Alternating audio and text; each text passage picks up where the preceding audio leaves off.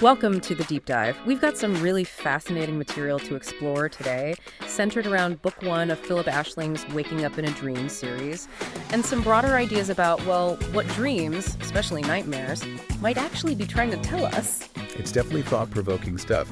The central idea we're looking at is pretty unsettling for most people, I think. Yeah, this idea that nightmares aren't just bad dreams. Maybe they're teachers, powerful ones, designed to jolt us awake. Now, before we really get into it, a quick heads up. This deep dive contains spoilers from Book 1 of Phillip Aisling. So if you haven't read it yet and you want that fresh experience, maybe hit pause and come back later. Good call. You definitely want to experience those reveals yourself first time through. Okay, so for everyone else, let's dive in. What if those terrifying dreams, the ones that leave you sweating, heart pounding, what if they're not punishments? What if they're actually signals? Shockwaves almost, designed to wake us up. It's a really compelling question, isn't it? Especially when you consider how many people report having these incredibly vivid, impactful nightmares. The old idea that they're just, random brain static feels incomplete. Right. If we shift perspective, maybe they aren't the enemy. Maybe they're actually a core part of an awakening process. Yeah. Something demanding our attention. Exactly. Demanding attention. That feels right. And Phillip Aisling's journey in Book 1, wow. It shows this so clearly, how these terrifying visions can actually become guides. They really force the issue for him. Yeah. So today we're really digging into his story, looking at how these nightmares signal things, how they push awareness, maybe even train us. We'll unpack why they feel so incredibly real and what wisdom might be hiding in them. Connecting it all to this bigger idea of, well, waking up. Sounds good. Where should we start with Phillip's experiences? Let's go right to those early nightmares in Book 1. They're brutal, but they perfectly illustrate this idea of nightmares as teachers, even if he doesn't see it that way at first. They weren't just vaguely unsettling, they were visceral, harrowing. Absolutely. They really go beyond typical bad dreams, like the bus nightmare. That one's intense. Oh, yeah. He's trapped on this school bus. Mrs. Peasley is driving, kids screaming, just sheer terror as it spirals down into darkness. And the physical sensation he describes. The hooks, shooting out, grabbing him, yanking him backward. That's not just visual, it's tactile. Terrifyingly so. He wakes up completely undone, heart pounding, the fear just clinging to him. It's one of those first moments where you see this isn't just sleep, something else is happening. Definitely a turning point. Mm-hmm. And then there's the underwater nightmare. Equally vivid, maybe even tapping into something more primal. Yeah, being pulled down into that dark chasm while swimming. That suffocating blackness, it's nightmare fuel. Purely primal fear. And he sees those glowing orange eyes, sharp teeth, this monstrous thing waiting down there. And his reaction. Exactly. He's flailing, can't breathe, wakes up gasping, drenched in sweat.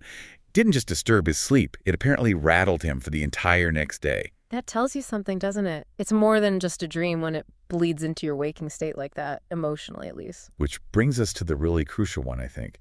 The Mrs. Bishop nightmare. Ah, yes. The bleed through. This one is different. It really is. He's in a classroom, seems normal enough, and then Mrs. Bishop just changes. Her eyes glow orange. She starts choking him, and then she punches him hard in the stomach. And this is the absolute kicker. He wakes up, and his throat is sore, and his stomach physically aches as if that punch actually landed. Yeah. It's presented as his first undeniable proof of dream bleed through. Real-world, physical consequences from a dream event. It's not just a feeling anymore. It's terrifying, but also fascinating. Advanced practitioners have discovered that these kinds of experiences, this intensity, it isn't random. It's like it's calibrated. Calibrated how? To shock him, to push his awareness, to force him, really, to face that fear directly. It's like his whole system is being primed. Primed for what's coming later, you mean? Exactly. Which leads to that question, why do nightmares feel so real sometimes? You know that feeling, right? You wake up, sweating, heart racing, and it just sticks with you. That emotional residue, yeah. It can hang around all day. Why is that? What makes them so potent?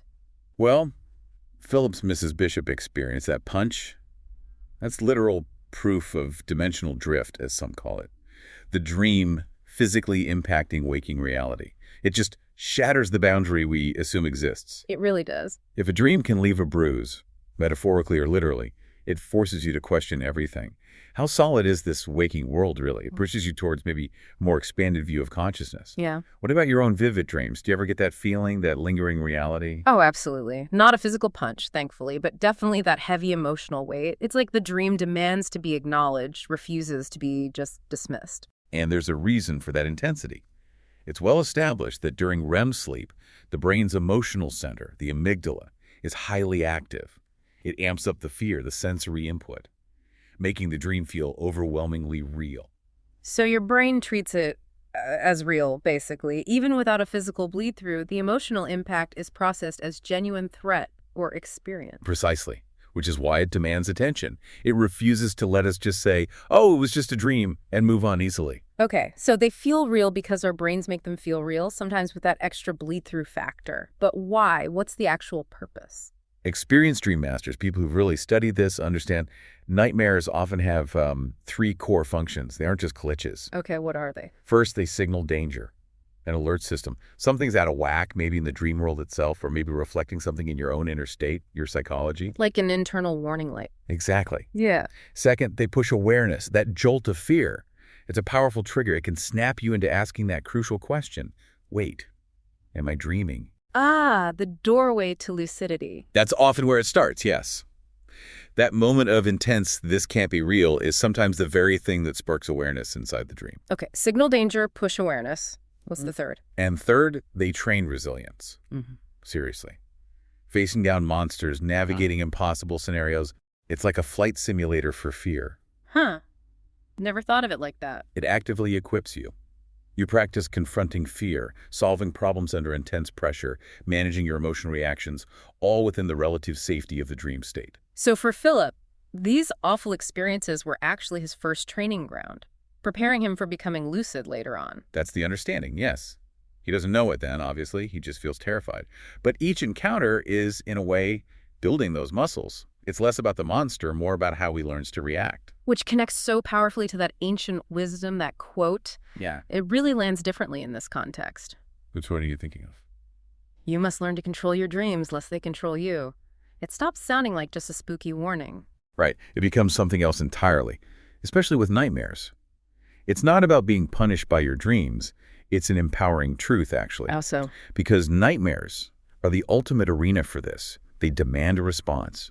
They present this intense challenge, this fear, and the choice becomes be overwhelmed or find a way to engage, to shift, maybe even take control. They aren't punishments. They're lessons, opportunities, really. Lessons disguised as monsters. You could say that. They provide the pressure needed to potentially spark that conscious shift from victim to participant within your own mind. And this connects to the bigger picture too, right? Beyond just individual dreams. Absolutely. If we zoom out, thinking about collective consciousness. Yeah. Just like Philip's personal nightmares seem designed to wake him up, you could argue that the world's collective nightmares might serve a similar function for humanity. You mean things like pandemics, wars, global crises? Those are our collective nightmares. It's a compelling parallel. These are events that shock us collectively, shake us out of complacency. They force us to confront realities we might prefer to ignore. So what does that actually do? How does a global crisis act like Philip's scary dream? Well, think about it. They disrupt everything, don't they? Our routines, our assumptions about safety or stability. Suddenly, things we took for granted are exposed as fragile. Yeah, vulnerabilities become very clear. Exactly.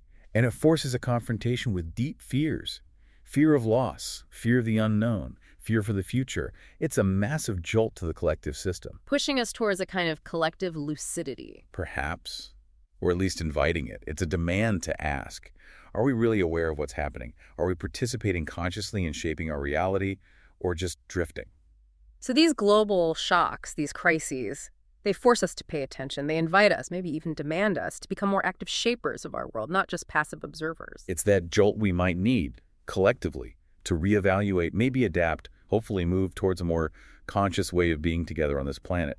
Like Philip learning to wake up inside his dream, maybe we're being called to wake up inside the larger dream of our shared reality. Wow. Okay, so wrapping this up, we've really explored this idea that nightmares, despite the fear, aren't the enemy. They're more like intense teachers. Uncomfortable teachers, for sure. Definitely uncomfortable, but they arrive with fear, maybe because fear is just the fastest way to get our attention, to jolt us awake. It's an alarm bell, not a curse. And Philip's journey, particularly in Book 1, really underscores this. It teaches a profound truth. The monsters aren't there just to destroy you.